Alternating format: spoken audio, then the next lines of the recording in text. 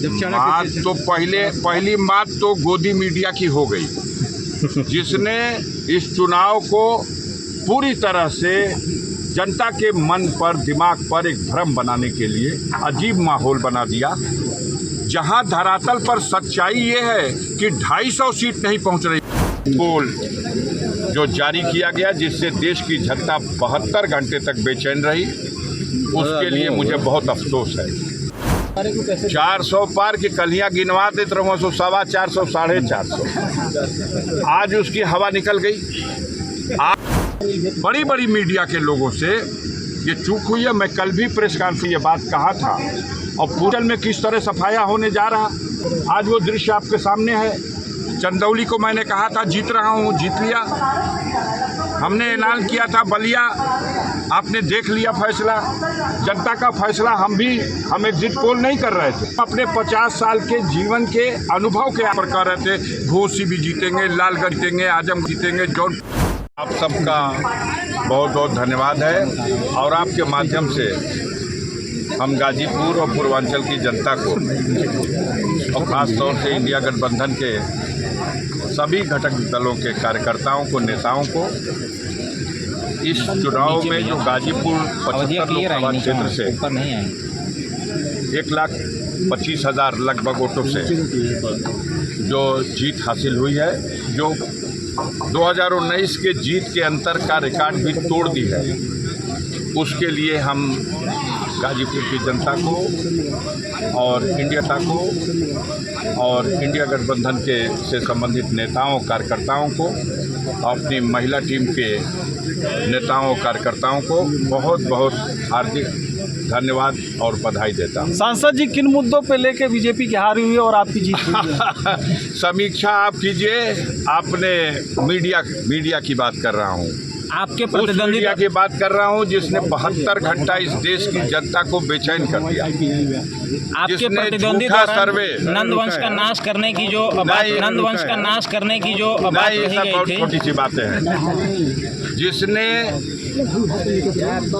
देश की जनता को जो फैसला जनता दे रही थी, ठीक उसके विपरीत अपने लोभ में, लालच में और षड्यंत्र में शामिल होकर के झूठा जो प्रोपेगेंडा करने के लिए एक सर्वे और एक एग्जिट पोल जो जारी किया गया, जिससे देश की जनता 72 घंटे तक बेचैन रही, उसके लिए मुझे बहुत अफसोस है।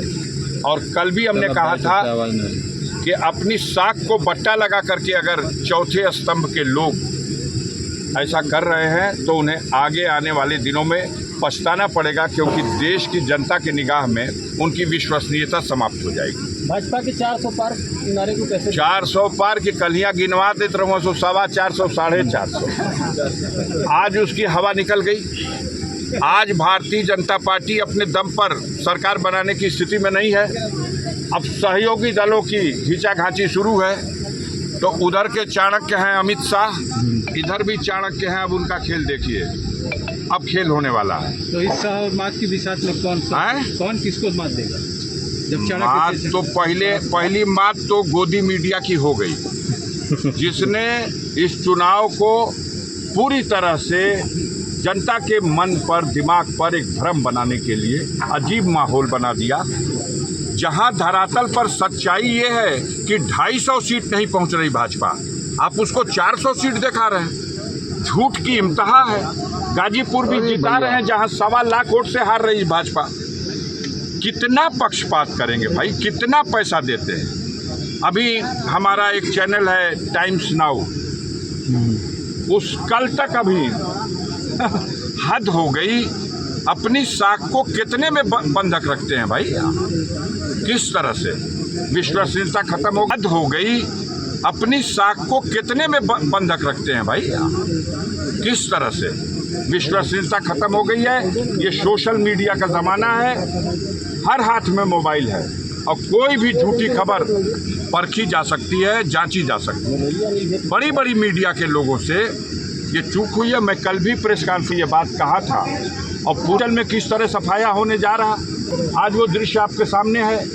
चंदौली को मैंने कहा था जीत रहा हूँ, जीत लिया।